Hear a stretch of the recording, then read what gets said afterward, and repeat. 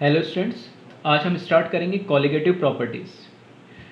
Colligative properties चार तरह की होती है और क्या होता है उसके बारे में हम डिस्कस करेंगे। लास्ट लेक्चर में हमने वेंट ऑफ फैक्टर पढ़ा था। वेंट ऑफ फैक्टर मैंने पहले कॉलिगेटिव प्रॉपर्टीज़ से पहले इसलिए पढ़ा दिया क्योंकि उसकी जो एप्लीकेशन है वो कॉलिगेटिव प्रॉपर्टीज़ की न्यूमेरिकल को सॉल्व करने में बार बार आती है, इसलिए उसको एक बार पहले से मैंने डिटेल में बता दिया और उस पर कुछ न्यूमेरिकल भी करा दिए जो शायद कोई तुम्हें स्टडी मटेरियल में मिल भी जाएंगे ऐसे क्वेश्चंस। तो उसका इम्प्लीमेंटेशन जो भी हम कॉलिगेटिव प्रॉपर्टीज़ पढ़ेंगे उनमें कैसे हो रहा है वो अब आसानी से थोड़ा समझ में आएगा नहीं। ठीक है, तो अब स्टार्ट करते हैं हम कॉलिगेटिव प्रॉपर्टीज़। तो कुछ पॉइंट्स के फॉर्म में मैंने लिखा है, वन बाय वन हम देख लेते हैं। कॉलिगेटिव प्रॉपर्टी की पहले सबसे पहले definition, the properties of the solution which depend upon only number of solute particles present in the solution and independent from nature of solute particles are known as colligative properties. Colligative properties वो properties होती किसी भी solution की जिसके अंदर वो सारी properties सिर्फ और सिर्फ सॉल्यूशन के अंदर जो सॉल्यूट है उस सॉल्यूट के नंबर पे डिपेंड करेगी। यानी एक सॉल्यूट है पार्टिकल, दो सॉल्यूट के पार्टिकल है, तीन सॉल्यूट के पार्टिकल है, 10 है, 100 है, जो भी उसके कितने नंबर है सॉल्यूट के पार्टिकल या कितने मोल्स ऐसे भी बोल सकते हैं, but independent from nature of solute. Solute का नेचर कैसा उससे कोई लेना देना नहीं है। एक सिंपल सा एग्जांपल लेते हैं। एक मैंने लिया ग्लूकोज लिया, ठीक, C6H12O6, और एक मैंने ले लिया NaCl, ठीक है, C6H12O6 glucose and NaCl sodium chloride. इसका मैंने 1 मोल लिया और NaCl का भी 1 मोल लिया और दोनों का मैंने एक सॉल्यूशन बना दिया। फॉर एग्जांपल 100 ग्राम या 100 ml वाटर में इसको मिलाया, 1 मोल इसका, और 100 ml में 1 मोल इसका मिलाया। क्योंकि दोनों ही क्या है, दोनों के मैंने सेम मोल यानी सेम नंबर ऑफ पार्टिकल्स लिए, तो जो ये कॉलिगेटिव प्रॉपर्टीज़ होगी, चार तरह की कॉलिगेटिव प्रॉपर्टीज़ होती है, वो देखेंगे कौन सी होती है, लेकिन जो ये प्रॉपर्टीज़ है वो दोनों सॉल्यूशन के लिए क्या होगी, सेम होगी एग्जैक्टली। क्यों? क्योंकि हम बोल रहे हैं कि जो सॉल्यूट का नंबर है उस पर डिपेंड कर रही है, इसका जो नेचर है उस पर डिपेंड नहीं कर रही है।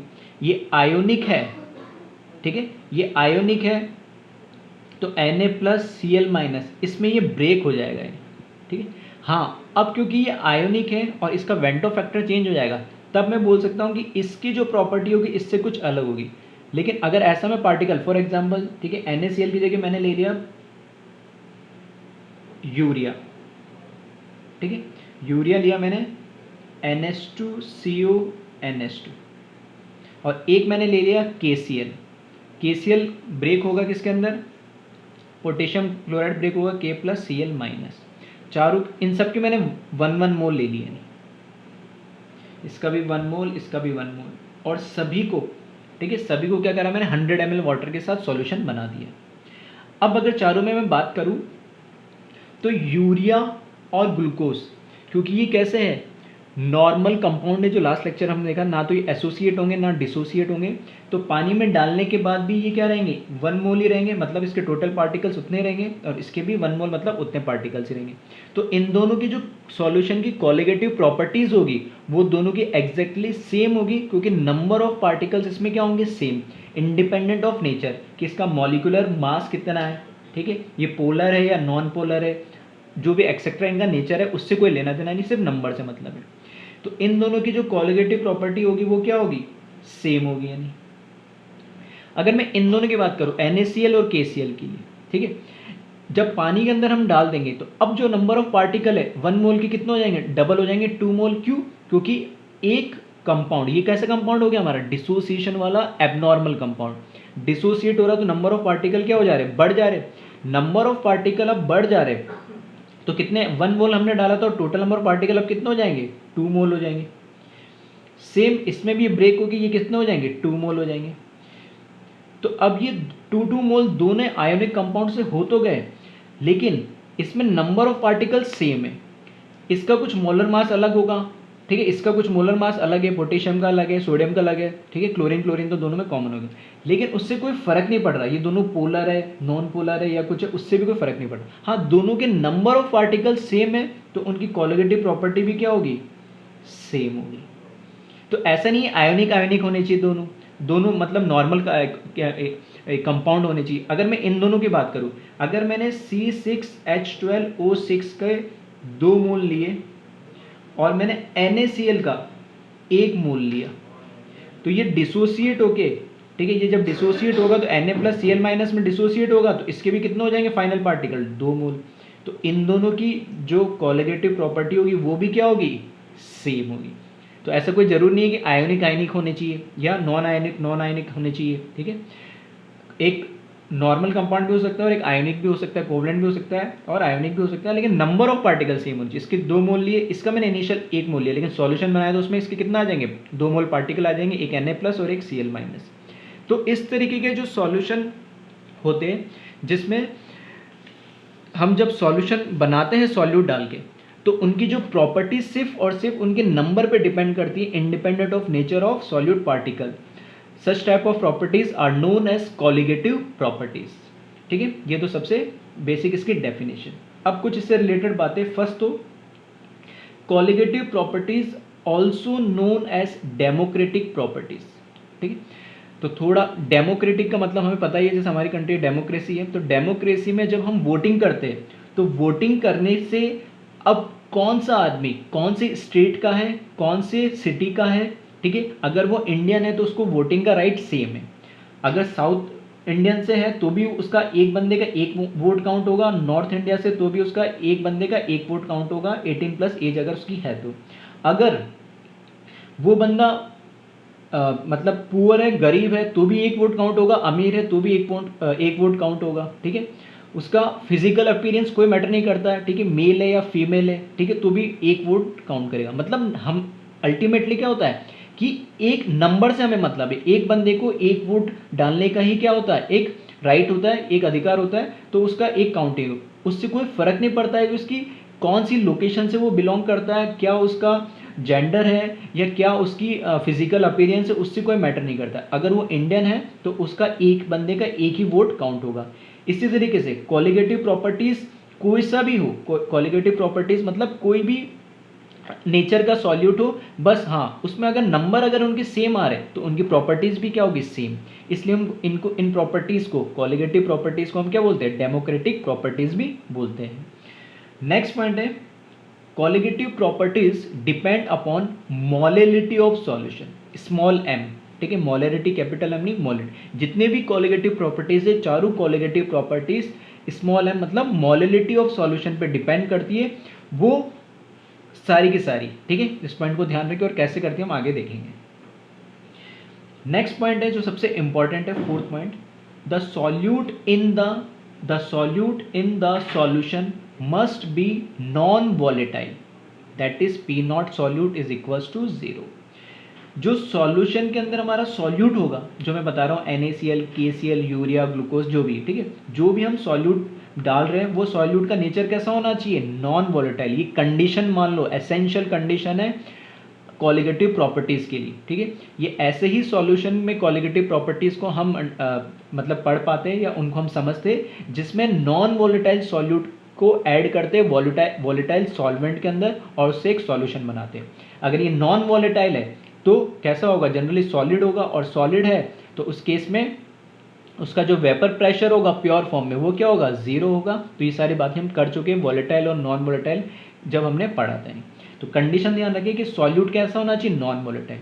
एक इंपॉर्टेंट बात यहाँ पर कि जो हमारा सॉल्यूट है नॉन वॉलेटाइल है, तो ये नॉन वॉलेटाइल के केस मैंने बताया था जैसे यूरिया, ग्लूकोज, सुक्रोज, ये बहुत कॉमन है जो बार बार सिर्फ डायरेक्ट नाम से दिए जाते हैं, जो कि सॉलिड फॉर्म में होता है। उसी तरीके से, ठीक है, या तो अननोन के फॉर्म में होगा तो लिख दिया जाएगा ए कंपोनेंट इज नॉन वॉलेटाइल, तब भी कोई दिक्कत नहीं है। उसके अलावा इलेक्ट्रोलाइट्स जितने भी होते हैं, इलेक्ट्रोलाइट्स का मतलब हमारे आयोनिक कंपाउंड जो सॉल्ट्स होते हैं, ठीक है, NaCl, KCl, AlCl3, Al2SO4, जितने भी आयोनिक कंपाउंड्स हैं इनको हम इलेक्ट्रोलाइट्स बोलते हैं, और सारे के सारे इलेक्ट्रोलाइट्स भी कैसे होते हैं, नॉन वॉलेटाइल होते हैं। ठीक है, ये चाहो तो ये पॉइंट भी लिख लेना एक नोट बना के। ठीक है, कोशिश करता हूँ मैं अभी आगे लिख दूंगा। तो जितने भी इलेक्ट्रोलाइट्स होते हैं वो भी सारे कैसे होते हैं, नॉन वॉलेटाइल होते हैं। ठीक है, तो ये बात हुई कॉलिगेटिव प्रॉपर्टीज़ की। अब कौन कौन सी प्रॉपर्टीज़ को हम कॉलिगेटिव प्रॉपर्टीज़ बोलते हैं, तो 4 कॉलिगेटिव प्रॉपर्टीज़ है जो हमें पढ़नी है डिटेल में, तो उनके मैंने नाम लिखे। तो हेडिंग दिए टाइप्स ऑफ कॉलिगेटिव प्रॉपर्टी।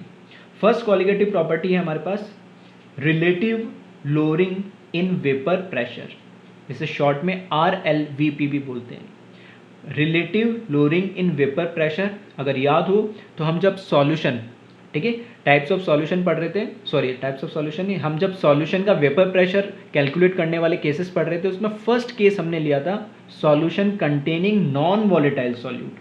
तब मैंने वहाँ पर जो इक्वेशन डेराइव हुई थी वहाँ पर मैंने थोड़ा सा उसको आगे एक्सटेंड करा था और बताया था कि ये रिलेशन कहलाता है RLVP, relating lowering in vapour pressure, जो कि कॉलिगेटिव प्रॉपर्टीज होती है, जिसको हम एक बार फिर से डिटेल में देखेंगे। ठीक है, वही है ये। सेकेंड है एलिवेशन इन बॉइलिंग पॉइंट। ठीक है, एलिवेशन इन बॉइलिंग पॉइंट, इसको रिप्रेजेंट किया जाता है डेल्टा T। T का मतलब टेम्परेचर और B का मतलब बॉइलिंग पॉइंट। ठीक है, तो डेल्टा मतलब चेंज, T का मतलब टेम्परेचर और B का मतलब बॉइलिंग पॉइंट, तो चेंज इन बॉइलिंग पॉइंट। और इसको एग्जैक्टली इस प्रॉपर्टी को क्या बोलते हैं, एलिवेशन इन बॉइलिंग पॉइंट। तीसरा है डिप्रेशन इन फ्रीजिंग पॉइंट। तो डेल्टा चेंज, या जो डिप्रेस हो रहा है या डिक्रीज हो रहा है, डिप्रेशन का मतलब डिक्रीज, एलिवेशन का मतलब इंक्रीज, तो decrease in temperature of freezing point. F का मतलब freezing point, capital T temperature.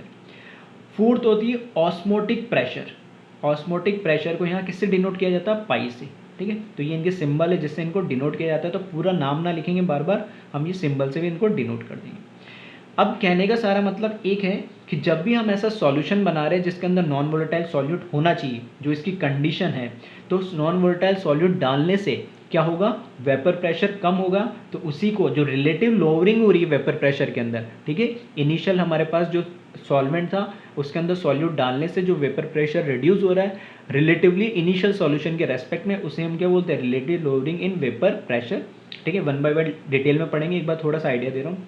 दूसरा, नॉन वोलेटाइल सॉल्यूट डालने से जो सॉल्वेंट होता है उसका बॉइलिंग पॉइंट बढ़ जाता है, उसी को हम क्या बोलते हैं, एलिवेशन इन बॉइलिंग पॉइंट।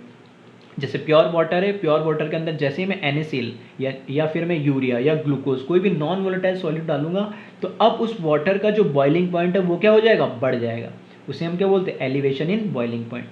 इसी तरीके से नॉन वोलेटाइल सॉल्यूट मैंने डाला किसी भी सॉल्वेंट में, लाइक वाटर में डाला, तो उसका जो फ्रीजिंग पॉइंट होता है वो रिड्यूस हो जाता है।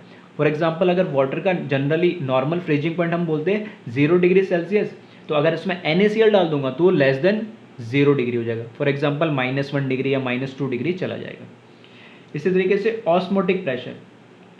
ठीक है, तो ऑस्मोटिक प्रेशर क्या है, इसको भी हम डिटेल में पढ़ेंगे। जो भी हमारे होम के अंदर, घरों के अंदर जो भी ये जो हमारे पास वाटर प्योरीफायर होते हैं, ठीक है, जिसे हम RO बोलते हैं, RO। ठीक है, तो RO रिवर्स ऑस्मोसिस फिनोमेना पे बेस्ड होता है, तो ये ऑस्मोसिस का उल्टा प्रोसेस कर देंगे तो वो कहलाता है रिवर्स ऑस्मोसिस। ठीक है, और उसी पे बेस्ड वो जो वाटर को फिल्टर करता है वो हम देखेंगे कैसे वो काम करता है। ठीक है, अब वन बाय वन हमको देखेंगे उससे। और एक चीज़ इंपॉर्टेंट बात कि एग्जैक्टली जो मैंने टर्म्स, जो लैंग्वेज लिखी, उसी को हम कॉलिगेटिव प्रॉपर्टी बोलते हैं।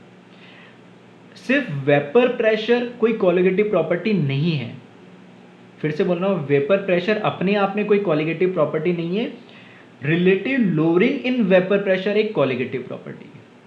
इसी तरीके से बॉइलिंग पॉइंट कोई कॉलिगेटिव प्रॉपर्टी नहीं है, एलिवेशन इन बॉइलिंग पॉइंट जो उसमें चेंज आ रहा है वो कॉलिगेटिव प्रॉपर्टी कहलाता है। इसी तरीके से फ्रीजिंग पॉइंट भी कोई कॉलिगेटिव प्रॉपर्टी नहीं है। हाँ, चेंज जो आता है फ्रीजिंग पॉइंट में, जो रिड्यूस होता है, डिप्रेशन इन फ्रीजिंग पॉइंट आता है, वो एक कॉलिगेटिव प्रॉपर्टी कहलाएगी।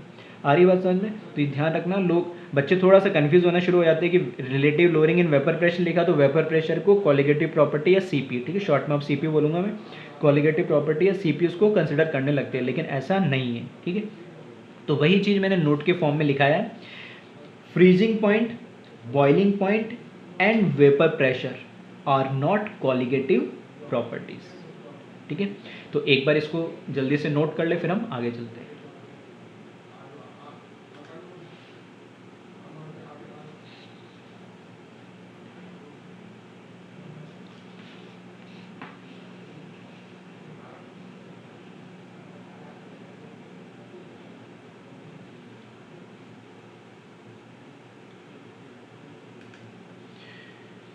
तो यहाँ से स्टार्ट करते हैं फर्स्ट कॉलिगेटिव प्रॉपर्टी से, जो मैंने लिखा है relative lowering in vapour pressure RLVP।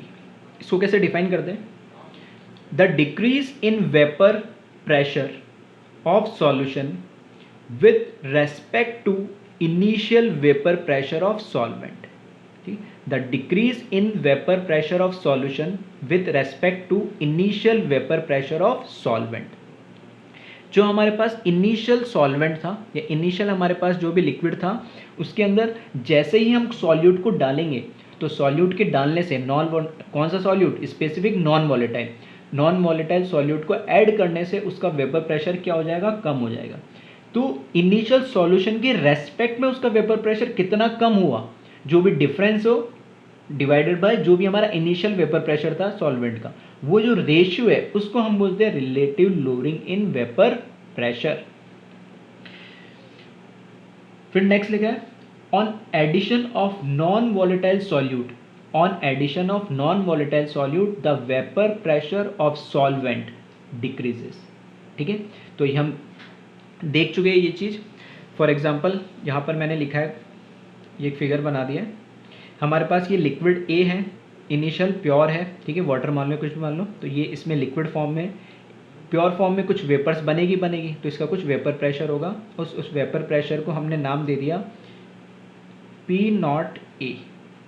ये प्योर लिक्विड का वेपर प्रेशर है। जब इसमें कोई भी नॉन वॉलेटाइल सॉल्यूट B मैंने मान लिया, क्योंकि सॉल्यूट को हम B मान रहे हैं और सॉल्वेंट को हमेशा क्या मान रहे हैं? A। तो कोई भी नॉन वॉलेटाइल सॉल्यूट B हम जब इसमें ऐड करेंगे तो हमारा ये सॉल्यूशन बन जाएगा A प्लस B का। अब जो ये वेपर बनी है, ठीक है, ये जो लिक्विड सॉल्यूशन हमारा बना है, तो ये तो है इसका लिक्विड फॉर्म। अब सरफेस पे A और B दोनों, क्योंकि होमोजेनियस मिक्सचर होना चाहिए, कई बार मैं बहुत बार बात कर चुका हूँ, तो अब तो समझ में आता होगा ये होमोजेनियस मिक्सचर है, इसलिए ये पार्टिकल्स के सरफेस पे, इस लिक्विड के सरफेस पे A और B दोनों के पार्टिकल्स क्या होंगे? प्रेजेंट होंगे। तो वेपराइज तो सिर्फ कौन होंगे? A, क्योंकि यही वॉलेटाइल है, B तो कैसा है? Non volatile. तो अब जो इसका वेपर प्रेशर आएगा, जो वेपर प्रेशर आएगा सॉल्यूशन का, उसको हम क्या बोलते हैं? A। ठीक है, तो ये सब बातें हम कर चुके हैं। तो वही चीज़ मैंने बताया कि on addition of non volatile solute the vapour pressure of solvent decreases. ठीक है, तो P0A क्या है? Vapour pressure of pure solvent, और PA vapour pressure of A in solution और वेपर प्रेशर ऑफ सॉल्यूशन। ठीक है, तो ये सब बातें हम ऑलरेडी पहले कर चुके हैं। तो कैसे भी बोल सकते हैं, PA को वेपर प्रेशर ऑफ सॉल्यूशन भी बोल सकते हैं, और क्योंकि सॉल्यूशन में सिर्फ A की वजह से वेपर प्रेशर है, तो इसको ऐसे भी बोलते हैं कि vapour pressure of A in solution. ठीक है, और हमेशा P0A की वैल्यू PA से ज़्यादा होगी। क्यों? क्योंकि सरफेस पे यहाँ पे सिर्फ A के पार्टिकल थे जो सारे वॉलेटाइल थे, लेकिन यहाँ पर अब जो पार्टिकल है B के भी आ गए जिसमें से B वॉलेटाइल नहीं, इसलिए उसकी वेपर्स भी कम बनती है, तो वेपर प्रेशर अपना आप क्या हो जाता है? कम हो जाता है। ठीक, फिर राउल्ट्स लॉ के अकॉर्डिंग में हमें पता है, ये पढ़ चुके डिटेल में, PA is equals to P0A XA। ठीक है, किसी भी सॉल्यूशन के अंदर जो वॉलेटाइल कंपोनेंट होता है उसका वेपर प्रेशर डायरेक्टली प्रोपोर्शनल होता है उसके मोल फ्रैक्शन के। ठीक है, ये राउल्ट्स लॉ कहता है, और उसके अकॉर्डिंग हमने ये डेराइव करा था। ठीक है, तो ये बार बार नहीं बता रहा, तो ये हमने इक्वेशन राउल्ट्स लॉ के अकॉर्डिंग लिखी है। XA की जगह मैंने क्या लिख दिया? 1 माइनस XB, क्योंकि XA plus XB equals to क्या होगा? 1 होगा, क्योंकि mole fraction of summation of mole fraction of all components, ठीक है, इज इक्वल्स टू 1। तो यहाँ तो बाइनरी है, तो दोनों का समेशन क्या होगा? 1। इसको अंदर मल्टीप्लाई करा ब्रैकेट में, तो ये आ जाएगा P0A minus P0A into XB। यहाँ से हमने क्या करा, या तो इसको पूरे को क्या करो? माइनस से मल्टीप्लाई कर दो, या इसको इधर ले जाओ और उसको इधर ले जाओ। ठीक है, इस तरीके से कर ले। तो जब इसको इधर ले जाएंगे तो P0A माइनस PA, तो उसको मैंने LHS में लिखा, और ये जब इस साइड जाएगा तो ये साइन चेंज होकर पॉजिटिव हो जाएगा। ठीक है, तो P0A माइनस PA, या तो पूरे को माइनस से मल्टीप्लाई कर लो। ठीक है, माइनस से मल्टीप्लाई करके P0A को इधर ले जाओ, या दूसरा क्या है कि इसको इधर ले जाओ और उसको इधर ले जाओ, बस मैंने इसको LHS में लिखा है। फिर ये जो P0 है इसको क्या कर देंगे? हम इससे डिवाइड कर देंगे, तो डिवाइड कर देंगे तो P naught A minus P as it is, P naught A नीचे आ गया, इज इक्वल्स टू ये यहाँ पर एक्स बी बचा है। और एक्स बी को हम क्या लिख सकते हैं, एक्स बी क्या है, mole fraction of B which is ratio of moles of B to the total moles in the solution. तो ये एन बी तो मोल्स ऑफ सॉल्यूट हो गया, और नीचे total moles of solution N A plus N B, क्योंकि दो ही यहाँ पे कंपोनेंट है। अब एक चीज़ तुम देख रहे हो कि आई, ये आई मैंने ऐड कर दिया है, ये आई क्या है, वेंटो फैक्टर है। वेंटो फैक्टर हमने बताया था कि ये वेंटो फैक्टर क्या बताता है हमें कि कोई भी जो हमारे पास कंपाउंड है वो नॉर्मल है या एबनॉर्मल है। क्या उसका एबनॉर्मल है तो डिसोसिएशन एसोसिएशन हो रहा है या नहीं हो रहा, वो सारी चीज़। अगर नॉर्मल होगा तो ये आई की जगह अपना आप क्या आ जाएगा, वन आ जाएगा, और एबनॉर्मल होगा तो या तो ग्रेटर देन वन होगा, लेस देन वन होगा। और सिर्फ एन बी के ही सामने क्यों लिखा, क्योंकि जो हमारा सॉल्वेंट है वो हमेशा क्या होगा, जनरली वाटर या डाइल्यूटेड फॉर्म में होगा, या मैं ऐसे भी बोल सकता हूँ कि लिक्विड होगा, यानी तो उसका कोई डिसोसिएशन एसोसिएशन की कोई बात नहीं हो रही। सारी जो बात होगी वो किसकी होगी, सारे सॉल्यूट की, क्योंकि सॉल्यूट हमारा कैसा होगा, नॉन वोलेटाइल। नॉन वोलेटाइल का मतलब सॉलिड फॉर्म में होगा। तो या तो वो क्या होगा, for example glucose C6H12O6 non dissociated या नॉन एसोसिएटेड टाइप हो, जो उसमें आई की वैल्यू क्या होगी, वन, या फिर NaCl टाइप जो ब्रेक हो जाएगा, या कार्बोक्सिलिक एसिड टाइप जो क्या हो, एसोसिएट हो जाएगा। इसलिए सिर्फ सॉल्यूट के आगे ही ये आयोटा वेंटो फैक्टर लिखा जाता है, सॉल्वेंट के आगे नहीं लिखा जाता है। जहाँ पे भी सॉल्यूट के नंबर की बात आएगी वहाँ पर ये आई हम ऐड कर दिया करेंगे। तो यहाँ पर सॉल्यूट का नंबर आया तो आई यहाँ लिख दिया और यहाँ पे भी लिख दिया। बस इसी को, ये जो रेशियो है, इसी रेशियो को हम क्या बोलते हैं, जो ये रेशियो है इसी रेशियो को हम क्या बोलते हैं, relative lowering in vapour pressure. यही लिखा है definition, the decrease in vapour pressure of solution with respect to initial vapour pressure of solvent. ये क्या है, initial vapour pressure P naught A of solvent minus P A vapour pressure of A in solution या vapour pressure of solution. For example ये 100 था, solute आने के बाद ये 80 हो गया, तो कितना इसमें डिक्रीज हुआ, तो इन दोनों का डिफरेंस बताएगा किसके रेस्पेक्ट में, जो इनिशियल हमारा सॉल्वेंट था उसके रेस्पेक्ट में। तो ये डेफिनेशन लिखी है, तो ये हमारा फॉर्मूला। तो ये इस पूरे की जो वैल्यू होगी, इन दोनों का जो रेशियो होगा वो RLVP कहलाएगा, ठीक है। या अगर मेरे को direct mole fraction of B या मोल फ्रैक्शन ऑफ सॉल्यूट पता लग जाए तो भी वो किसके बराबर हो जाएगा, RLVP के बराबर हो जाएगा। तो अगर मुझे ये वैल्यू पता हो तो दोनों का रेशियो निकाल लूँ और मैं क्या करूँ, RLVP कैलकुलेट कर लूँ अगर पूछा। या अगर मुझे डायरेक्ट मोल फ्रैक्शन पता हो तो मैं ये अगर मोल फ्रैक्शन नहीं पता तो मोल्स पता हो ए और बी के, तो भी मैं क्या कर लूँगा, मोल फ्रैक्शन, और मोल फ्रैक्शन बी सॉल्यूट का आने से मुझे क्या पता लग जाएगा, RLVP की वैल्यू पता लग जाएगी। अब इसमें कुछ पॉइंट है जो तुम्हें ध्यान रखने हैं। पहला पॉइंट नोट के फॉर्म में लिखा है, lowering in vapour pressure that is LVP। जैसे relative lowering in vapour pressure को RLVP बोलते हैं, वैसे लोअरिंग इन वेपर प्रेशर को क्या बोलते हैं, LVP। तो LVP is equals to P naught A minus PA, ठीक है। यहाँ से ये जो इक्वेशन है यहाँ पर P naught A minus PA, ये क्या, लोअरिंग इन वेपर प्रेशर, मतलब इसका 100 था, सॉल्यूशन का कितना आ गया, 80 आ गया, सॉल्यूट 8 करने पे तो कितना लोअर हुआ, ठीक है, वो क्या कहलाता है, लोअरिंग इन वेपर प्रेशर। तो कई बार ऐसे लैंग्वेज के फॉर्म में भी पूछ सकता है वो, ऐसा नहीं पूछेगा डिफरेंस क्या है, ठीक है, इनिशियल हमारे पास सॉल्वेंट और सॉल्यूशन के वेपर प्रेशर में डिफरेंस बताओ, ऐसे ना बोल के वो डायरेक्ट पूछ लेगा लोअरिंग इन वेपर प्रेशर बताओ। लोअरिंग इन वेपर प्रेशर मतलब वेपर प्रेशर कितना कम हुआ, लोअर हुआ सॉल्यूट के ऐड करने से, उन दोनों का डिफरेंस। तो अगर ये वैल्यू डायरेक्ट तुम्हें पता है P नॉट A और PA की, ठीक है, तब तो तुम डायरेक्ट कैलकुलेट कर दोगे। नहीं भी पता है तो P नॉट A और XB को मल्टीप्लाई करोगे तो भी किसकी वैल्यू आएगी, लोअरिंग इन वेपर प्रेशर की, ठीक है। और दूसरा नोट जो मैं पहले भी बता चुका हूँ, अगर न्यूमेरिकल आ रहा है तो हम सॉल्यूट या सॉल्वेंट का मॉलिकुलर वेट कैलकुलेट करने के लिए हम ये फॉर्म यूज़ करते हैं, for numericals to calculate weight और मॉलिकुलर वेट ऑफ सॉल्यूट और सॉल्वेंट। और ये कैसे आया था, इसको डेराइव हमने वहीं पर केस 1 में करा था, ठीक है। तो वापस में बता नहीं रहा हूँ, बस मैंने फॉर्मूला लिख दिया है। वहाँ पे जब फॉर्मूला लिखा तो सिंपल मैंने क्या लिखा था, NB/NA, क्योंकि यहाँ पर अब हम वेंटो फैक्टर पढ़ चुके हैं तो मैंने यहाँ पे क्या I0 मतलब वेंटो फैक्टर IB जोड़ दिया है, ठीक है। दोनों में डिफरेंस है, ये जो रेशियो है ये RLVP नहीं है, RLVP ये है, जो दोनों का डिफरेंस डिवाइडेड बाय, ठीक है, दोनों का डिफरेंस डिवाइडेड बाय, ये मैंने फॉर्मूला गलत लिख दिया, ठीक है, इसको करेक्ट कर लेना। ये फॉर्मूला है, इधर नॉट नहीं आएगा, ठीक है, ये जो फॉर्मूला है, ठीक है, गलती से इसमें मैंने ये लिख दिया, तो P naught A minus P A, ठीक है, डिवाइडेड बाई पी नॉट ए, ये तो है आर एल वी पी, और ये तो बिल्कुल दोनों सेम हो जाएगा, लेकिन सेम नहीं है। तो मैंने बताया था कैसे करते हैं, पहले इन दोनों का रेसिप्रोकल लेके उसमें -1 करके फिर उनका एलसीएम लेके वापस उसका रेसिप्रोकल कर देंगे तो ये आ जाएगा, ठीक है। तो डिनोमिनेटर में क्या बचता है फिर, पी ए बचता है। तो ध्यान रखना ये जो रेशियो है ये आर एल वी पी नहीं है, क्योंकि डिनोमिनेटर में यहाँ आर एल वी पी में पी नॉट ए आता है, लेकिन यहाँ पर क्या आ रहा है, पी आ रहा है। तो न्यूमेरिकल को सॉल्व करने के लिए हम जनरली अगर सिर्फ हमें आर एल वी पी पूछा है तब ये फॉर्मूला लगाएंगे, otherwise R L V P नहीं पूछा है और हमें और कोई चीज़ें पूछी तो हम ये वाला फॉर्मूला यूज़ ना करके कौन सा ये फॉर्मूला यूज़ करेंगे, ठीक है। तो एक बार इसको देख ले जल्दी से ध्यान से और कॉपी कर ले, फिर हम इसमें कुछ न्यूमेरिकल्स देखते हैं।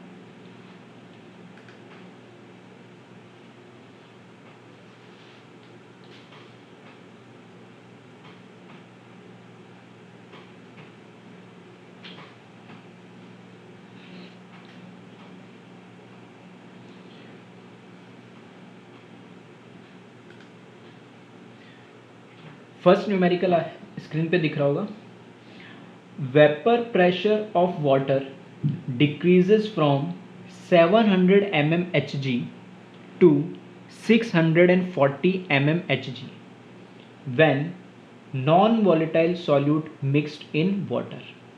Then calculate RLVP, second part mole fraction of water and third part molality small m, ठीक है। तो एक बार वीडियो पॉज करें और एक बार खुद से ट्राई करें, 3 वैल्यू हमें इसमें क्या करनी है, कैलकुलेट करनी है, ठीक है। तो आई होप कई लोगों ने ट्राई करा होगा, तो कुछ चीज़ें फर्स्ट और सेकंड पार्ट आई थिंक कई लोगों ने कैलकुलेट कर लिया होगा। प्रॉब्लम आ रही होगी थर्ड पार्ट मोलेलिटी को कैलकुलेट करने में, और वो भी किसी ने कैलकुलेट कर लिए तो बहुत सही है, मतलब उसके कॉन्सेप्ट अभी तक हम जो पढ़ते आ रहे सारी चीज़ें क्लियर हो रही, कंसंट्रेशन यूनिट से लेके वेपर प्रेशर तक की जो भी हम चीज़ें पढ़ते आ रहे वो सारी चीज़ें वो ध्यान से पढ़ रहा है और समझ रहा तभी वो कर पा रहा है। अदरवाइज सिर्फ तुम उसको लिख के छोड़ दोगे और उसको देखोगे नहीं, समझोगे नहीं, तो फिर न्यूमेरिकल सॉल्व नहीं होंगे तुम्हारे, ठीक है। तो अब देखते हैं इसमें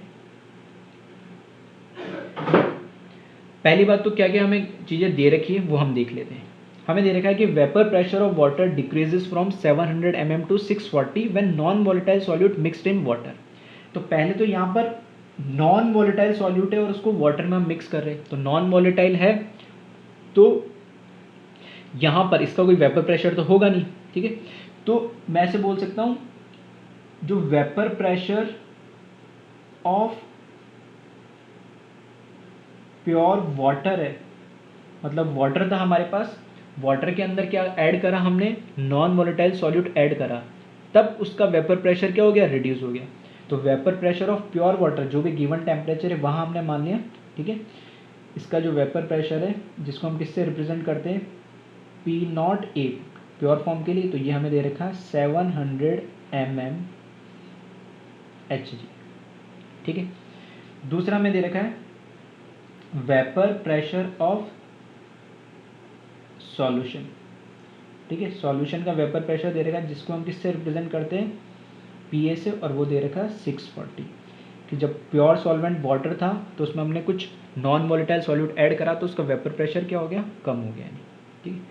अब हम बात करते हैं इसके अंदर फर्स्ट पार्ट इसने पूछा आर एल वी पी, तो वो तो बहुत सिंपल हो गया क्योंकि ये वैल्यूज तो हमें पता ही लग गई है, ठीक है। तो यहाँ पर फर्स्ट पार्ट की बात करें हम, R L V P relative loading इन वेपर प्रेशर, जिसका फॉर्मूला क्या है, P naught A minus P A divided by P naught ए, ठीक है। तो पी नॉट ए और पी ए दो ही तो वैल्यू चाहिए, मुझे पता लग गई, तो ये मैं कैलकुलेट कर लूँगा, तो ये कितनी हो जाएगी, 700 माइनस 640 डिवाइडेड बाय 700। इसको कैलकुलेट करेंगे तो ऊपर कितना आ जाएगा, 60 डिवाइड बाय 700, तो ये आ जाएगा 6, तो 3/35, ठीक है, 660 अपॉन 700, ठीक है, सही है। तो 3/35 ये आर एल वी पी की वैल्यू पता लगी, ठीक। तो ऑप्शन में अगर फ्रैक्शन में दे रखा हो तो फर्दर कैलकुलेट करना, अदरवाइज ऐसे रहने देना। तो ये हो गया हमारा फर्स्ट पार्ट, सिंपल सा था। सेकेंड पार्ट पूछा इसने मोल फ्रैक्शन ऑफ वाटर, ठीक है। तो वाटर हमारा क्या है, सॉल्वेंट है, तो सॉल्वेंट के लिए हम क्या यूज़ करते हैं, ए। तो मोल फ्रैक्शन ऑफ वाटर क्या हो जाएगा, Na/Na+NB। लेकिन यहाँ हमें मोल्स तो ना तो वेट पता है ना मोल पता है, तो कैसे कैलकुलेट करें, ठीक है। तो हमें पता है यहाँ पर XA कैलकुलेट करने के लिए मुझे कैलकुलेट करना है, तो इसको मैं ऐसे लिख सकता हूँ 1 - XB की वैल्यू मुझे पता लग जाए, क्योंकि मुझे पता है जो RLVP होता है, जो RLVP होता है वो किसके बराबर होता है, मोल फ्रैक्शन ऑफ सॉल्यूट के बराबर होता है। तो RLVP is equals to either ये लिखो या ये लिखो। तो अगर इसकी वैल्यू आ गई तो वो RLVP है, और वही किसके बराबर हो जाएगी, XB की वैल्यू। तो XB की वैल्यू पता लग गई हमें, 3 बाई कितनी, 35। तो ये भी ईजिली कैलकुलेट हो गया, 1 - 3/35। तो ये आ जाएगा 32/35। सही है। अब थर्ड पार्ट, मोलिलिटी। ये है थोड़ा सा कैलकुलेट और समझने का, लॉजिकल इसको सॉल्व करने का। तो मोलिलिटी जिन्होंने कर लिया बहुत सही है, मतलब उनके न्यूमेरिकल्स और उनको समझ में आ रहा है हम किस तरीके से क्या पढ़ रहे हैं, ठीक है। अब बाकी जिनको नहीं समझ में, एक बार ध्यान से देखना। मोलिलिटी की डेफिनेशन होती है number of moles of solute पर केजी ऑफ सॉल्वेंट, ठीक है। डिनोमिनेटर में क्या आता है, सॉल्वेंट आता है। बार बार कह रहा था कि एक ही ये कंसंट्रेशन यूनिट है जिसके अंदर डिनोमिनेटर में सॉल्यूशन की जगह हम क्या, सॉल्वेंट की वैल्यू लिखते हैं, और वो भी किस में, केजी वेट के अंदर। वेजी मतलब वेट लिखते हैं केजी के अंदर। अब मुझे दो चीज़ चाहिए, एक तो मोल्स चाहिए सॉल्यूट के, सॉल्यूट मतलब हमारा जो बी होगा, ठीक है, कौन सा है हमें पता नहीं, लेकिन नॉन वॉलेटाइल है उसने दे दिया। तो उसका मुझे एक तो क्या चाहिए होंगे, मोल्स चाहिए होंगे, और दूसरा हमारा सॉल्वेंट कितना है उसका वेट चाहिए होगा। तो कैसे कैलकुलेट करें, अब देखिएगा यहाँ पे मैंने बोल दिया यहाँ पर, क्योंकि हमें एक्स बी पता है, तो कैसे भी एक्स से एक्स बी दोनों ही पता है, अब तो किसी से भी स्टार्ट कर सकते। तो एक्स बी की वैल्यू हमें पता है कितनी होती है, 3/35। क्या एक्स बी की जगह मैं ऐसे लिख सकता हूँ, NB/Na+NB। अब कई लोगों के दिमाग में बोलते सर आई क्यों नहीं लिखा, आई लिख भी देता, लेकिन मुझे वो जो सॉल्यूट है उसके बारे में कोई इन्फॉर्मेशन नहीं है कि वो एसोसिएट हो रहा है, डिसोसिएट हो रहा है या कुछ। अगर जब कुछ नहीं दे रखा तो मैं उसको क्या मानूंगा, नॉर्मली मानूंगा। तो आई की वैल्यू अपना आप क्या हो जाएगी, 1 हो जाएगी। अगर ऐसे किसी के दिमाग में आ रहा तो ठीक है। अब ये इसकी वैल्यू, तो ये किसके बराबर हो जाएगी, 3/35 के बराबर। तो यहाँ से क्या मैं कंपेयर करके बोल सकता हूँ कि मोल फ्रैक्शन क्या होता है, नंबर ऑफ मोल्स, ऐसे बोल सकता हूँ मोल फ्रैक्शन ऑफ बी या solute, mole fraction of solute is equals to ratio of number of moles of solute to the total moles. तो ये जो न्यूमरेटर में लिखा है ये किसके मोल्स है, सॉल्यूट के मोल्स, और डिनोमिनेटर में इन दोनों का क्या है, समीशन है।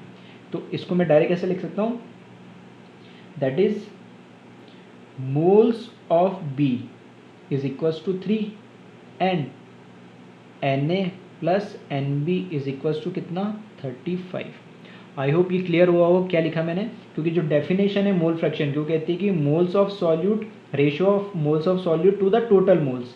तो जो ऊपर लिखा वो किसके मोल्स हो गए, सॉल्यूट के, और नीचे लिखा वो किस क्या हो गए, टोटल मोल्स। तो ये तो पता लग गया 3, तो ये हो गया Na+NB इक्वल्स टू 35।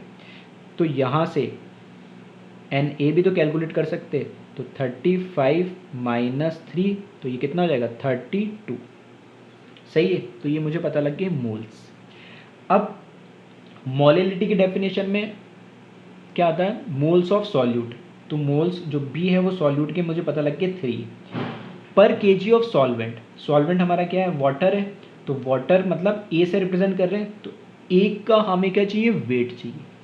तो वेट ऑफ सॉल्वेंट, क्योंकि हमें पता है मोल्स क्या होता है, वेट अपॉन मॉलिकुलर वेट। तो मुझे अगर वेट चाहिए तो weight of solvent is equals to क्या होगा, Na, moles of solvent into molecular weight of solvent. तो यहाँ से weight of solvent is equals to Na की वैल्यू हमने कैलकुलेट कर ली है 32 into molecular weight of solvent जो हमारा वाटर है वो कितना है, 18। तो यहाँ से इसको कैलकुलेट कर लेंगे तो ये WA की वैल्यू आ जाएगी, और ये कितनी हो जाएगी, 576 ग्राम। सही है। अब तो सारी वैल्यूज़ पता लग गई। तो जो मोलिलिटी है जिसको स्मॉल m से हम रिप्रेजेंट करते हैं, ठीक है, मोलिलिटी स्मॉल m से रिप्रेजेंट करते हैं, वो क्या होता है, moles of solute divided by weight of solvent in kg। तो मोल्स ऑफ सॉल्यूट NB की वैल्यू हमने पता कर ली 3 डिवाइडेड बाय वेट कितना आ गया WA की वैल्यू 576, लेकिन ये ग्राम है तो केजी में कन्वर्ट करने के लिए क्या करें 1000 से डिवाइड कर दे इसको और इसको कैलकुलेट कर ले तो ये आ जाएगा 5.2 मोलर, ठीक है, या मोल पर केजी।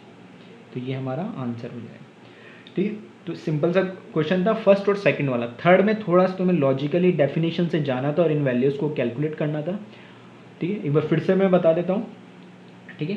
RLVP तो ये रेशियो होता है, तो हमें, ठीक है, इन्फॉर्मेशन दे रखी है कि सॉल्वेंट में जब नॉन वोलेटाइल सॉल्यूट डालेंगे तो उसमें क्या हो जाएगा, उसका वेपर प्रेशर रिड्यूस हो जाएगा, मतलब सॉल्यूशन का वेपर प्रेशर आ जाएगा। तो ये तो हो गया P0A जो हमें दे रखा है, नॉन वोलेटाइल सॉल्यूट डालने से वेपर प्रेशर जो कम हुआ तो वो किसका हो गया, अब सॉल्यूशन का, वो हमें दे दिया। ये दोनों वैल्यू है तो इनका रेशियो से हमने RLVP निकाल लिया, और RLVP ही अभी हमने देखा था किसके बराबर होता है, XB के। तो ये वैल्यू किसके लिए हो जाएगी, XB की। अगर XB की वैल्यू हमें पता है तो XB क्या होता है, XB प्लस XA क्या होता है, 1 होता है, समेशन हमेशा 1 होगा, तो XA की वैल्यू 1 माइनस करके यहाँ से निकाल लेंगे, तो XA आ गया। फिर XB मुझे पता है 3/35, ये हमने कैलकुलेट यहाँ से कर लिया है, तो ये किसका रेशियो होता है, moles of solute divide by moles of solution, तो इनका लिख दिया। तो ये इससे कंपेयर करा तो ऊपर जो वैल्यू लिखी है वो NB होगी, नीचे वैल्यू लिखी है वो टोटल मोल्स होगी, तो यहाँ से N और NB की वैल्यू निकाल ली। मोलेलिटी के लिए मुझे 2 वैल्यू चाहिए थी, एक तो मोल्स की, वो मुझे मिल गई, दूसरा वेट ऑफ सॉल्वेंट की। तो वेट ऑफ सॉल्वेंट कैलकुलेट करने के लिए मुझे सॉल्वेंट तो पता है वाटर है, तो उसका मॉलिकुलर वेट तो बाय डिफॉल्ट पता है 18, और मोल्स अभी कैलकुलेट कर लिए तो वेट आ जाएगा, ठीक है। तो एक बार इसको जल्दी से कॉपी कर लें, फिर नेक्स्ट क्वेश्चन देखते हैं।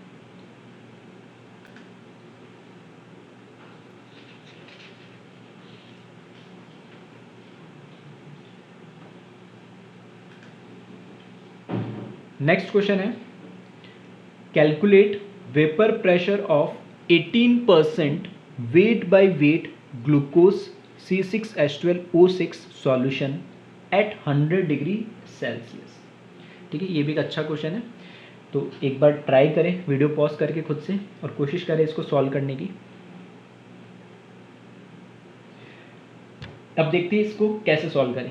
इसमें इसने पूछा calculate vapour pressure of solution, उस सॉल्यूशन का वेपर प्रेशर बताना है जिसमें glucose 18% weight by weight present है, और टेम्परेचर मेंशन कर दिया कहाँ पर, 100 डिग्री सेल्सियस पे। तो अब ठीक है, खैर अभी मैं टॉपिक RLVP पढ़ा रहा हूँ तो थोड़ा सा दिमाग वहीं जाएगा कि RLVP के फॉर्मूले यूज़ करके इसको सॉल्व करेंगे, ठीक है। अगर ऐसा सोच रहे हो तो बिल्कुल ठीक है, उनको आप यूज़ करोगे क्योंकि टॉपिक कंटिन्यू वही चल रहा है, वो यूज़ कर ले। उसके अलावा भी चलो हिंट दे दिया कि मैंने फॉर्मूले वही यूज़ होंगे, लेकिन अब इसका सॉल्यूशन कैसा आएगा, आंसर कैसे निकालोगे, ठीक है। कौन कौन सी वैल्यू हमें उसमें पता है और कौन सी नहीं पता है, क्या कोई हिडन वैल्यू भी है इसमें, ठीक है, सब तुम्हें सोचना पड़ेगा अब इसमें। तो मुझे कैलकुलेट करना है इसमें वेपर प्रेशर ऑफ सॉल्यूशन, ठीक है। तो पहले तो जो मुझे गिवन इंफॉर्मेशन है दो ही, एक तो टेम्परेचर गिवन दे रखा और एक क्या दे रखा, ग्लूकोज का कंसंट्रेशन गिवन दे रखा है। तो इसका मतलब देख लेते हैं पहले।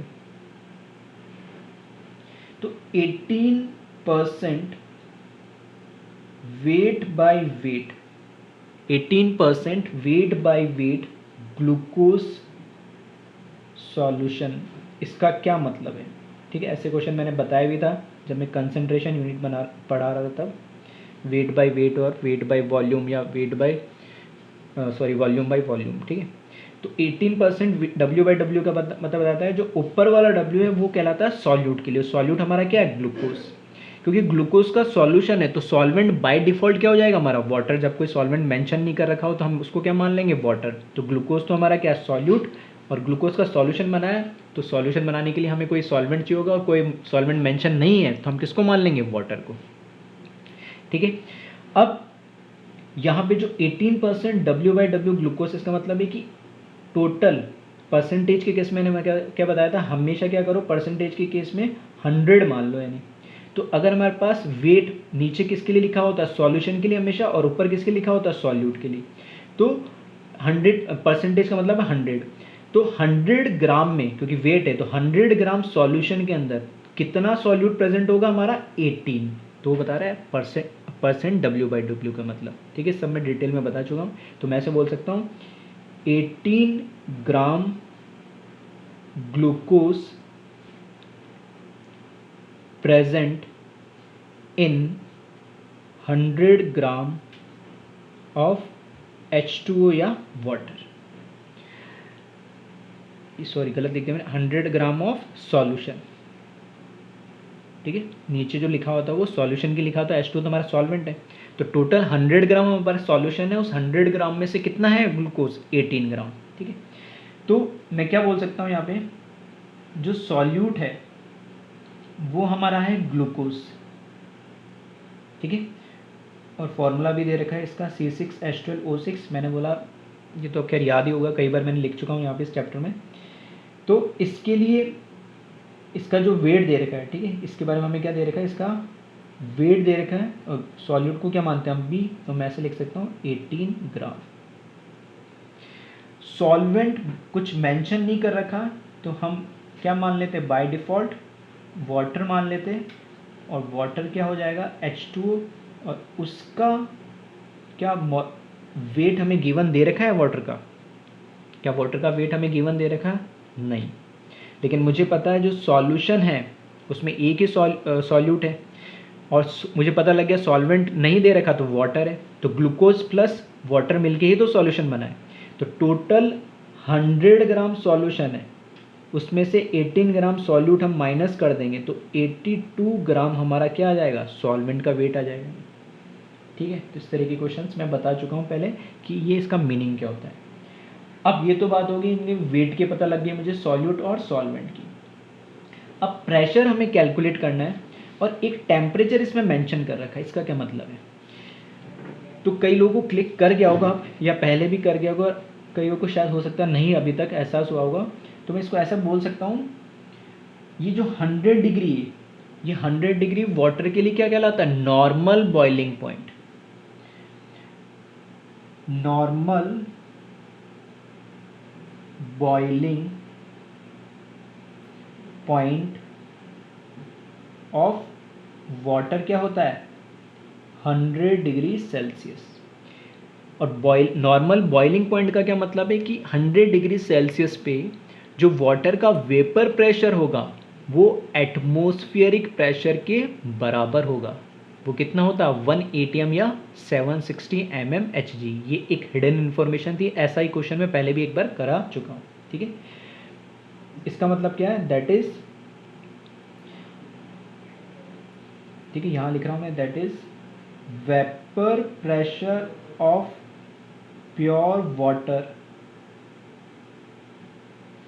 at 100 degree Celsius is 1 atm और 760 mmHg, सही है। तो यहाँ पर ये किसकी वैल्यू आ गई है, ऐसे बोल सकता हूँ मैं, ये P0 A की वैल्यू आ गई है 760 mmHg, सही है। तो बस अब मुझे प्रेशर ऑफ सॉल्यूशन निकालना है, तो जो हमारे पास, ठीक है, RLVP का फॉर्मूला था, तो मैंने बोला वो फॉर्मूला तब तक यूज़ मत करना जब तक कि खुद RLVP को कैलकुलेट ना करना हो, या उससे रिलेटेड कुछ ऐसी इन्फॉर्मेशन नहीं दे रही। उसके अलावा तुम्हें न्यूमेरिकल के लिए सॉल्व करना है, तो जो दूसरा फॉर्मूला मैंने बताया था, ठीक है, P0A minus PA divided by क्या, P, ये फॉर्मूला यूज़ करना है, और is equals to iota INB divided by NA। फिर से वही बात, क्योंकि ग्लूकोज है तो ग्लूकोज का आई फैक्टर या वेंट ऑफ फैक्टर जो होगा वो क्या होगा, 1, क्योंकि ना तो डिसोसिएट हो सकता ना एसोसिएट होता है, ठीक है। तो ये क्या है, नॉर्मल हमारा एक कंपाउंड है, तो आई की वैल्यू क्या हो जाएगी, 1।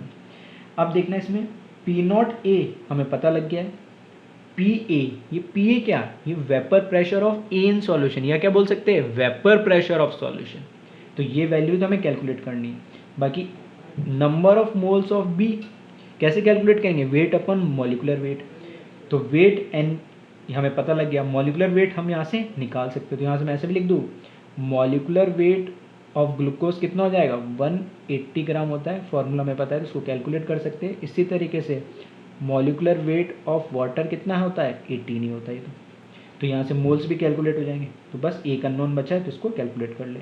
तो वैल्यूज़ मैं रख रहा हूँ, P0A की value 760 minus PA divided by P A is equals to I की वैल्यू तो हो गई 1 इंटू एन बी को क्या लिख सकते हैं, वेट अपन मॉलिकुलर वेट, तो वेट दे रखा है 18 W B upon M B मतलब 180 डिवाइडेड बाय मोल्स ऑफ, मुझे क्या निकालना है, सॉल्वेंट निकालना है, तो डब्ल्यू ए उसकी वैल्यू दे रखी है यहाँ पे 82 डिवाइडेड बाय कितना, मॉलिकुलर वेट 18।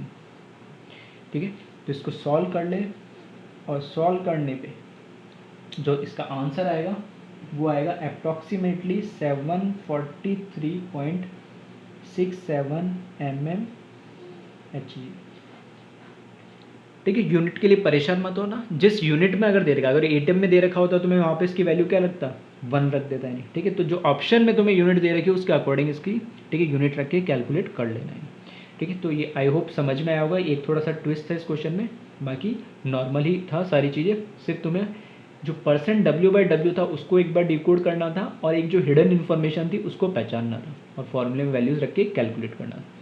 कॉपी कर ले इसको जल्दी से एक बार।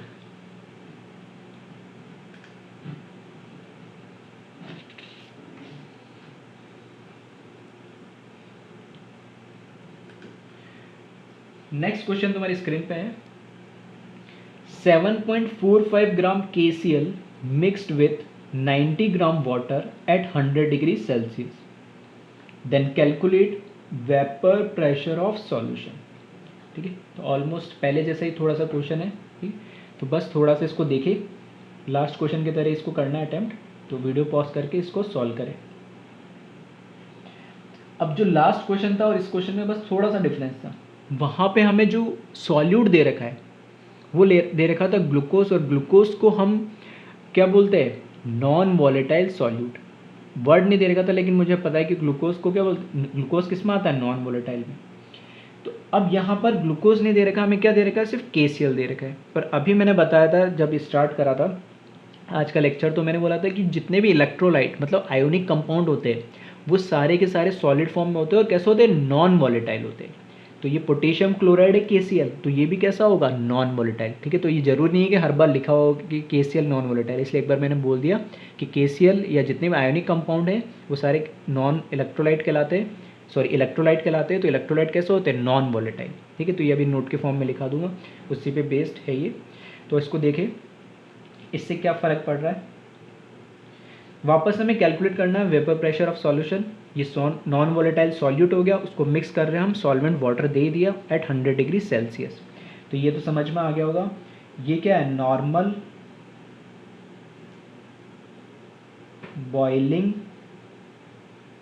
पॉइंट ऑफ वाटर है, दैट इज 100 डिग्री सेल्सियस। और यहाँ पर जो vapour pressure of pure water होता है वो कितना हो जाता है, 760 mmHg। दूसरी चीज़ जो हमारा सॉल्यूट है, ठीक है, जो सॉल्यूट है वो क्या दे रखा है, KCl पोटेशियम क्लोराइड।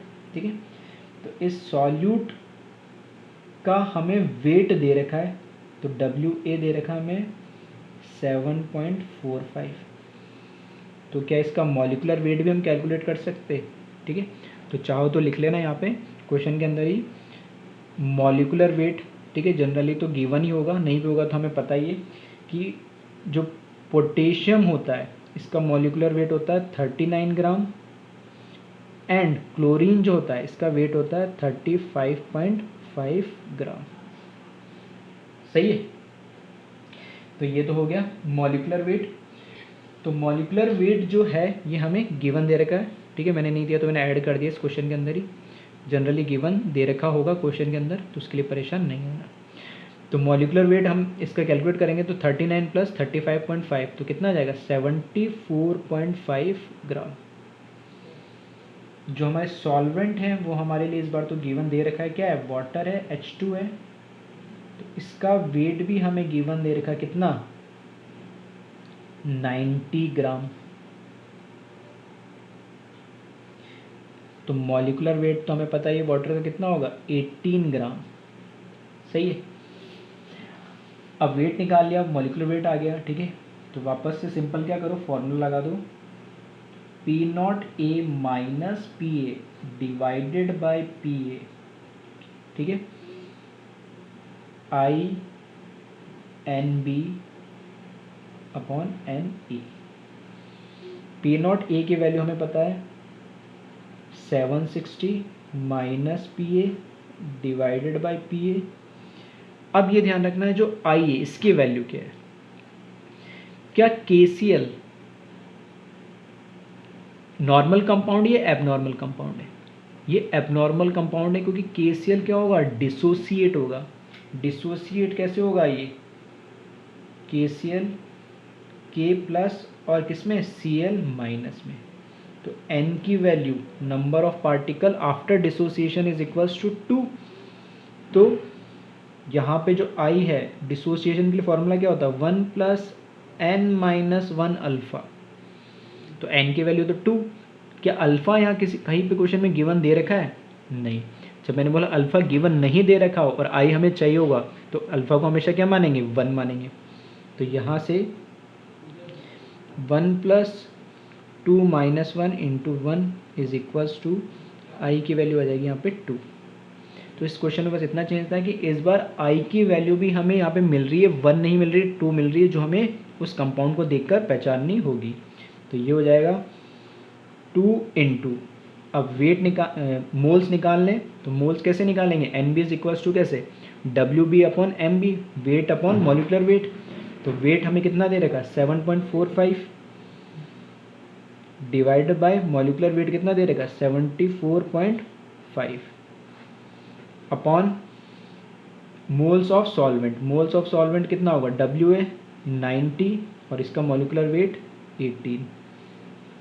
तो यहाँ से हम इसको कैलकुलेट कर ले तो PA, ठीक है, PA मतलब vapour pressure of A in solution और वेपर प्रेशर ऑफ सॉल्यूशन। इसकी वैल्यू जब कैलकुलेट कर लोगे तो ये वैल्यू आ जाएगी 730.66 mmHg अप्रॉक्सीमेटली, ठीक है। तो कैलकुलेशन एक बार फिर से वेरीफाई कर लेना, ठीक है। कुछ हो जाए तो उसमें अपने तरफ से आंसर को अगर कुछ आ रहा है वेरिएशन तो सही कर लेना। अब यहाँ पे इम्पोर्टेंट पॉइंट क्या है, एक नोट जो मैं चाह रहा था इस क्वेश्चन के थ्रू, जो मैंने बोला था लिखाने के लिए। तो इसमें मैंने बोला था कि जितने भी हमारे पास इलेक्ट्रोलाइट होते हैं वो सब किस फॉर्म में होते हैं, सॉलिड फॉर्म में। और वो सॉलिड फॉर्म में है तो वो सारे के सारे कैसे होंगे, नॉन वॉलेटाइल, ठीक है। तो नोट कीजिए, all electrolyte are non volatile in nature. क्योंकि कॉलिगेटिव प्रॉपर्टी पढ़ने के लिए हमें कंडीशन ये देखी थी कि सॉल्यूट कैसा होना चाहिए, नॉन वॉलेटाइल, तभी ये फॉर्मूला यूज़ कर पाएंगे हम। अब ये नॉन वॉलेटाइल है या नहीं है तो वो तो मेंशन कर नहीं रखा है यहाँ पे। तो ये मैंने एक बार बता दिया कि जितने भी आयोनिक या इलेक्ट्रोलाइट होते हैं, ठीक है, जितने भी इलेक्ट्रोलाइट होते हैं हम उन सबको क्या बोलेंगे, नॉन वॉलेटाइल। और नॉन वॉलेटाइल होगा तो उनका वेपर प्रेशर क्या हो जाएगा, 0 हो जाएगा, नहीं, ठीक है। तो एक बार इसको जल्दी से कॉपी कर ले, एक लास्ट क्वेश्चन और अटेम्प्ट करेंगे फिर इस लेक्चर को ख़त्म करते हैं।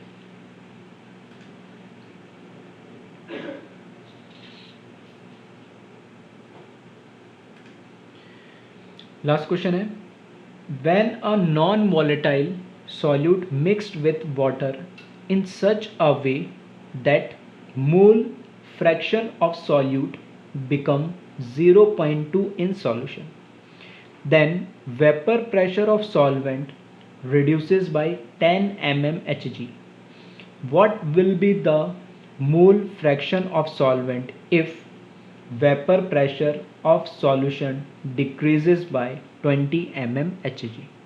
ठीक है, लैंग्वेज बहुत बड़ी है तो थोड़ा सा हो सकता है क्वेश्चन समझने में प्रॉब्लम हो, ठीक है। मैं समझा दूंगा, एक बार फिर भी आप अपने से ट्राई करो उसको पढ़ के समझने की और सॉल्व करने की, फिर हम देखते क्या है इसमें,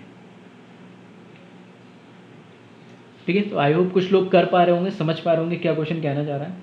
क्वेश्चन सिंपल सा ये है कि when a non volatile solute mix with water, ठीक है, वाटर के अंदर जब हमने कोई नॉन वोलेटाइल सॉल्यूट को जब मिक्स करा, इस तरीके से मिक्स करना in such a way that mole fraction of solute become 0.2 in solution, कि इस तरीके से इतना अमाउंट हमें नॉन वोलेटाइल सॉल्यूट का वाटर के अंदर मिक्स करना है कि जो मोल फ्रैक्शन हो किसका, सॉल्यूट का, वो 0.2 हो जाए, मतलब ये एक्स बी की वैल्यू दे दी हमने।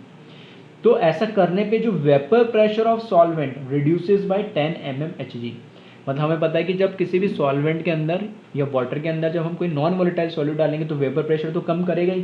तो बोल रहा है कि इतना अमाउंट सॉल्यूट का हमने ऐड करा कि उसका मोल फ्रैक्शन कितना हो गया सॉल्यूट का 0.2, और ऐसा होने पर उसका जो वेपर प्रेशर जो हो गया है किसका, सॉल्यूशन का, वो 10 mm से कम हो गया, किससे, जो ओरिजिनल हमारे पास सॉल्वेंट या वाटर का वेपर प्रेशर था।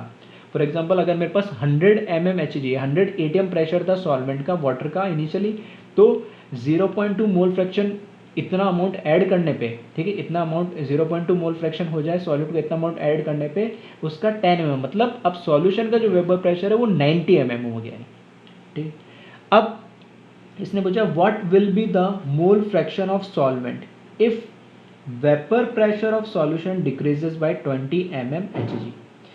ये कह रहा है कि अब किस मोल फ्रैक्शन पे, अब कितना अमाउंट उसका वेरी कर दे, ऐड करे या कुछ करे, ताकि जो वेपर प्रेशर ऑफ सॉल्यूशन है वो कितना हो जाए, 20 mm से कम हो जाए। मतलब 20 mm, ये किससे, इनिशियल वैल्यूज की बात कर रहा है। ऑब्वियस ये बात है कि वेपर प्रेशर कम कब होगा, जब उसमें सॉल्यूट ऐड करेंगे तभी होगा। तो कह रहा है कि अब 10 mm कम होने के लिए 0.2 मोल फ्रैक्शन था, सिंपल सी बात, तो 20 mm कम होने के लिए कितना मोल फ्रैक्शन उसका होना चाहिए वो बात करिए। कितना, यहाँ से कितना ऐड करेंगे वो नहीं पूछा है, इनिशियल से पूछ रहा है कि अगर मुझे अब ऐसा करना हो कि अगर उसका टोटल प्रेशर 20 mm से कम हो जाए तो मोल फ्रैक्शन कितना हो जाए, वो वैल्यू इसमें पूछिए। ठीक है, तो आई होप समझ में आया होगा क्वेश्चन क्या कहना चाह रहा है। अब देखिए इसमें